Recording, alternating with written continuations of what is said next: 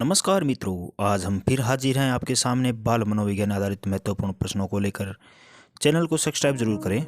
आज का हमारा प्रश्न रहेगा, निम्नलिखित सिद्धांतकारों में से किसका मत है कि बच्चे अपने वृद्धि एवं विकास हेतु कठोर अध्ययन करते हैं। तो पहला ऑप्शन है हमारा बंडरू, दूसरा ऑप्शन है मेस्लो, तीसरा ऑप्शन में है स्किनर और चौथे ऑप्शन में है पियाजे।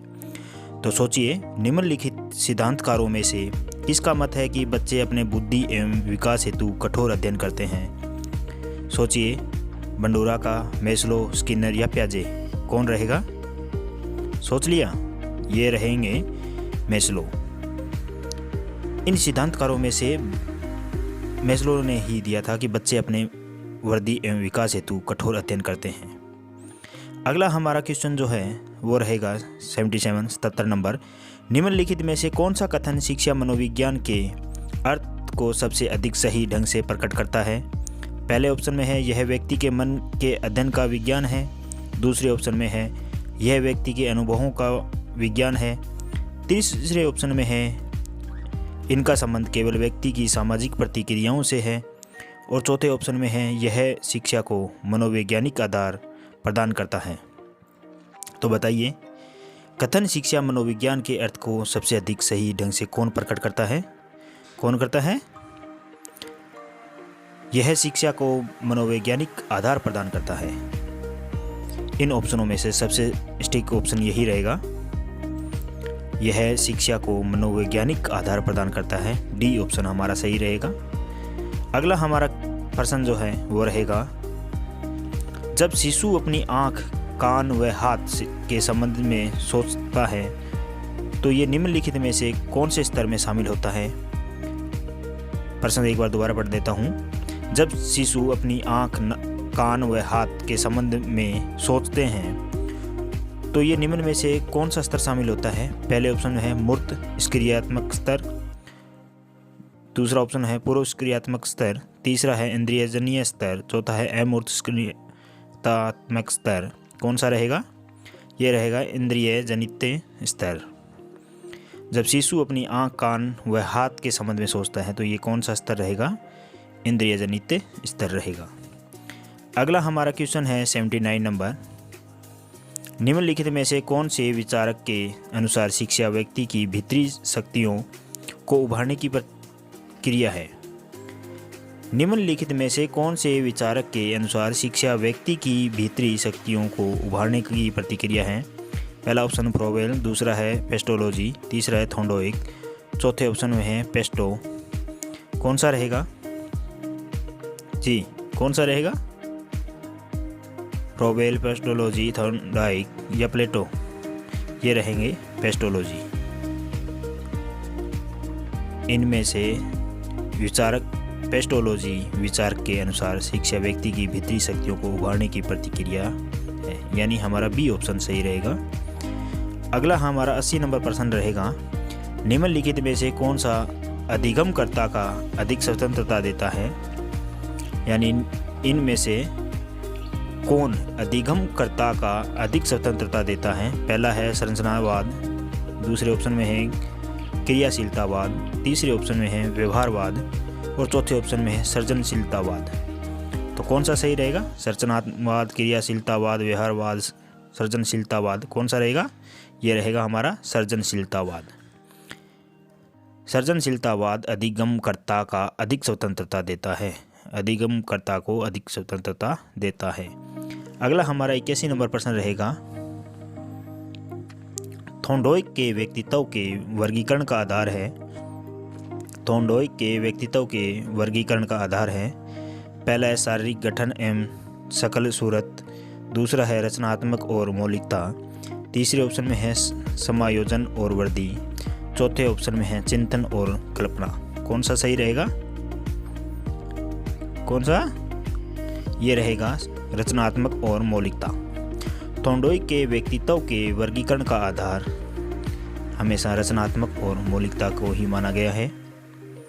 अगला हमारा 82 नंबर क्वेश्चन जो रहेगा वो रहेगा ये, निम्नलिखित में से कौन सी समस्या शिक्षा मनोविज्ञान के क्षेत्र में आती है? पहला है शिक्षकों की अनुपस्थिति, दूसरे ऑप्शन में है विद्यालयों में बच्चों का कम नामांकन। तीसरे क्वेश्चन में है शिक्षा का गिरता स्तर। चौथे ऑप्शन में है शैक्षणिक पिछड़ापन। एक बार क्वेश्चन दोबारा पढ़ देता हूँ। इनमें से कौन सी समस्या शिक्षा मनोविज्ञान के क्षेत्र में आती है? तो कौन सी आती है? वो आती है शैक्षणिक पिछड़ापन। इन 4 ऑप्शनों में सबसे महत्वपूर्ण है शैक्षणिक पिछड़ापन। शिक्षा मनोविज्ञान के क्षेत्र में जो समस्या आती है, शिक्षकों की अनुपस्थिति मान सकते हैं, विद्यालय में बच्चों का कम नामांकन, शिक्षा का गिरता स्तर, सबसे ज़्यादा कौन सी आती है? शैक्षणिक पिछड़ापन। अगला हमारा क्वेश्चन रहेगा निम्नलिखित में से कौन सा मूल्यांकन के त्रिकोण का भाग नहीं है? निम्नलिखित में से कौन सा मूल्यांकन के त्रिकोण का भाग नहीं है? पहला है शैक्षिक उद्देश्य, दूसरा है मूल्यांकन, तीसरे ऑप्शन में रहेगा शैक्षणिक अनुभव और चौथे ऑप्शन में रहेगा अधिगम अनुभव। कौन सा रहेगा? शिक्षण अनुभव। इनमें से मूल्यांकन के त्रिकोण का भाग नहीं है, वो रहेगा शिक्षण का अनुभव। अगला हमारा 84 नंबर क्वेश्चन जो है वो रहेगा, ये देखिए, सर्वप्रथम मनोविज्ञान को किस विषय के अध्ययनकर्ता के रूप में स्वीकार किया गया है? सर्वप्रथम मनोविज्ञान को किस विषय के अध्ययनकर्ता के रूप में स्वीकार किया गया है? पहले ऑप्शन में है मन, दूसरे ऑप्शन में है आत्मा, तीसरे ऑप्शन में है चेतना और चौथे ऑप्शन में है व्यवहार। कौन सा है? मन, आत्मा, चेतना या व्यवहार? तो इसे आत्मा का विज्ञान माना गया है। सर्वप्रथम मनोविज्ञान को आत्मा विषय के अध्ययनकर्ता के रूप में ही स्वीकार किया गया है, या कह सकते हैं मनोविज्ञान को आत्मा का विज्ञान माना है। अगला हमारा क्वेश्चन रहेगा, व्यक्ति भिन्नता के मिलन के में एक अध्यापक की भूमिका होनी चाहिए। व्यक्तिक भिन्नताओं के मिलन के संबंध में एक अध्यापक की भूमिका होनी चाहिए। पहले ऑप्शन में है व्यक्ति के दृष्टिकोण, अभिरुचि और योग्यता को जानने का प्रयास। दूसरे ऑप्शन में है व्यक्ति आधारित पाठ्यक्रमों को उनकी आवश्यकता के अनुसार जानने की कोशिश। ए और दो या कोई नहीं। कौन सा रहेगा? 1 और 2 नंबर, यानी व्यक्ति के दृष्टिकोण, अभिरुचि और योग्यता को जानने का प्रयास, और दूसरा रहेगा व्यक्ति आधारित पाठ्यक्रमों को उनकी आवश्यकताओं के अनुसार जानने की कोशिश। इसमें हमारा दोनों ही सही रहेगा, यानी सी ऑप्शन हमारा सही रहेगा। अगला है 86 नंबर प्रश्न के मुख्य तत्व हैं। शिक्षा मनोविज्ञान के मुख्य तत्व है। पहला है शिक्षार्थी, दूसरा ऑप्शन है सीखने की प्रतिक्रिया, अध्यापक या फिर सभी। कौन सा रहेगा? शिक्षा मनोविज्ञान के मुख्य तत्व, शिक्षार्थी, सीखने की प्रतिक्रिया और अध्यापक, यानी ये तीनों ही ऑप्शन सही है, यानी डी ऑप्शन सही रहेगा हमारा। अगला हमारा क्वेश्चन है, एक बच्चे की वृद्धि और विकास के अध्ययन की सर्वाधिक अच्छी विधि कौन सी है? मनोविश्लेषण विधि, तुलनात्मक विधि, विकासशील विधि, सांख्यिकी विधि। एक बच्चे की वृद्धि और विकास के अध्ययन में सर्वाधिक विधि महत्वपूर्ण विधि कौन सी है? मनोविश्लेषणात्मक, तुलनात्मक, विकासीय या सांख्यिकी? कौन सी रहेगी? ये रहेगी विकासीय विधि। एक बच्चे की वृद्धि और अध्ययन से संबंधित सबसे महत्वपूर्ण विधियों में माना जाता है विकासीय वृद्धि। विकासीय वृद्धि के बारे में तो आप जानते ही होंगे। विकासीय विधि हमारा सी ऑप्शन सही रहेगा। अगला प्रश्न है 88 नंबर 88, मनोविज्ञान का जन्म किसके समय दर्शन शास्त्र के अंग के रूप में हुआ है? यानी ये थोड़ा सा घुमा हुआ प्रश्न है। मनोविज्ञान का जन्म किसके समय दर्शन शास्त्र के अंग के रूप में हुआ है?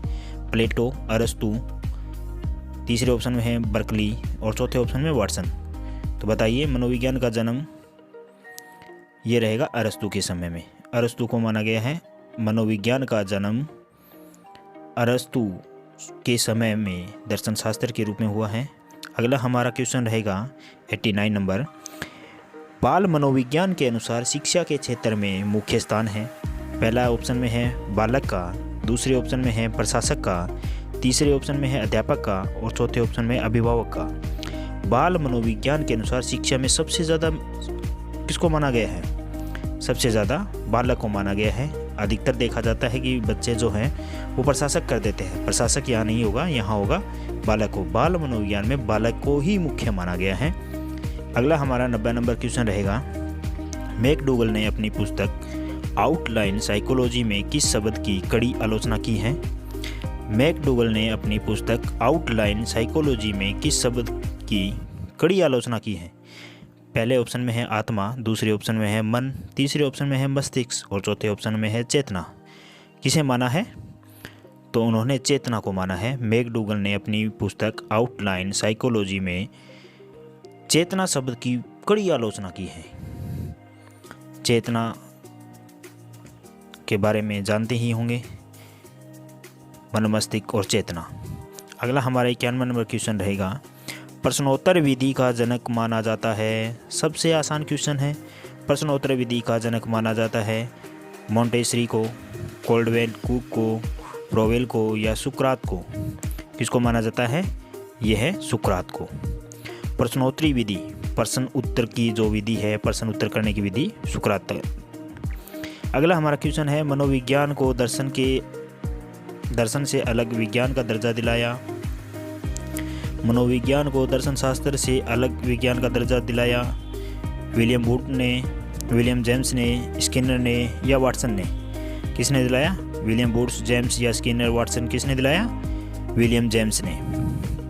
मनोविज्ञान को दर्शन शास्त्र से अलग विज्ञान का दर्जा विलियम जेम्स ने दिलाया। अगला हमारा 93 नंबर क्वेश्चन, 93 नंबर क्वेश्चन रहेगा, 20वीं शताब्दी में मनोविज्ञान को माने जाने लगा। 20वीं शताब्दी में मनोविज्ञान को क्या माने जाने लगा? आत्मा का विज्ञान, व्यवहार का विज्ञान, मन का विज्ञान या चेतना का विज्ञान। 20वीं शताब्दी में मनोविज्ञान को क्या मानते थे?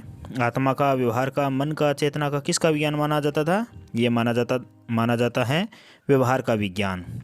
धीरे धीरे जैसे जैसे आगे बढ़ते गए, मनोविज्ञान को आत्मा, मन, चेतना से निकल व्यवहार का विज्ञान माने जाने लगा।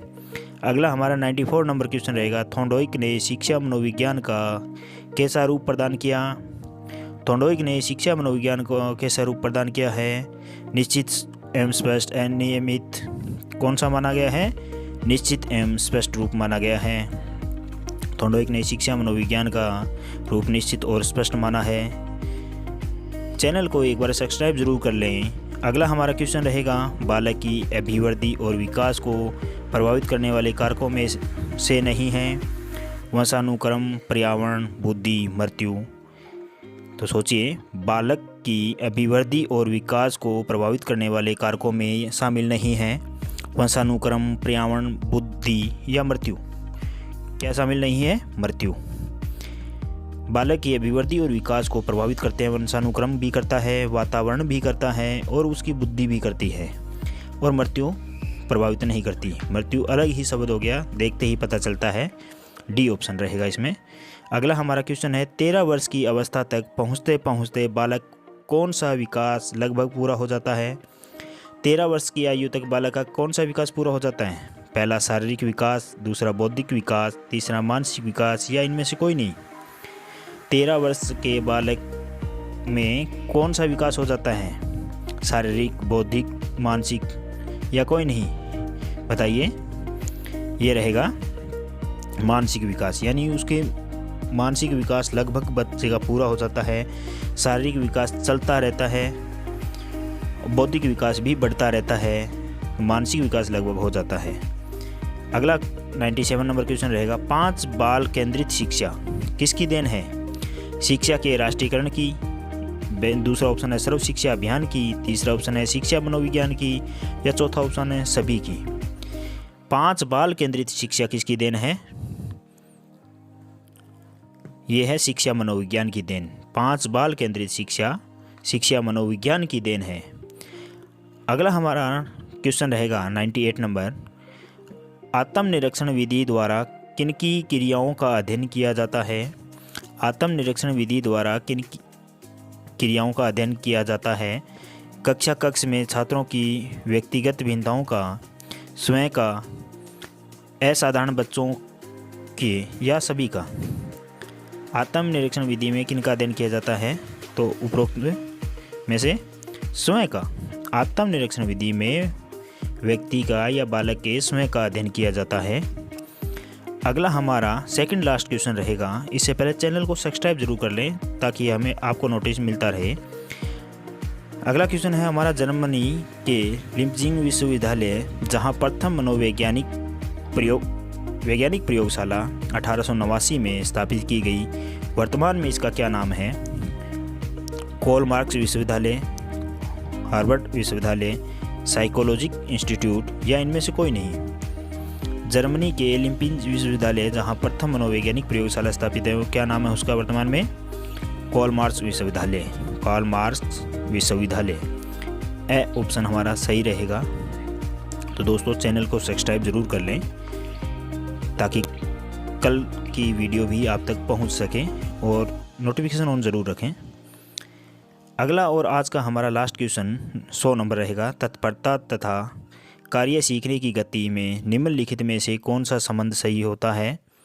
तत्परता तथा कार्य सीखने की गति में निम्नलिखित में से कौन सा संबंध सही होता है? पहले ऑप्शन में कार्य सीखने की गति तत्परता के व्यक्त्यानुक्रमानुपाती होता है।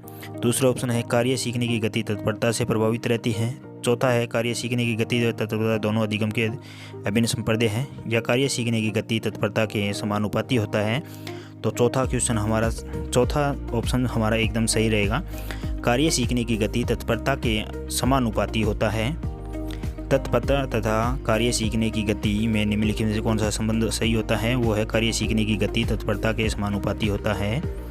धन्यवाद, सभी का धन्यवाद। कल हम फिर इसी समय मिलेंगे नए सब्जेक्ट बाल मनोविज्ञान आधारित नए क्वेश्चनों के साथ में। आगे की श्रृंखला के जुड़ने के लिए धन्यवाद।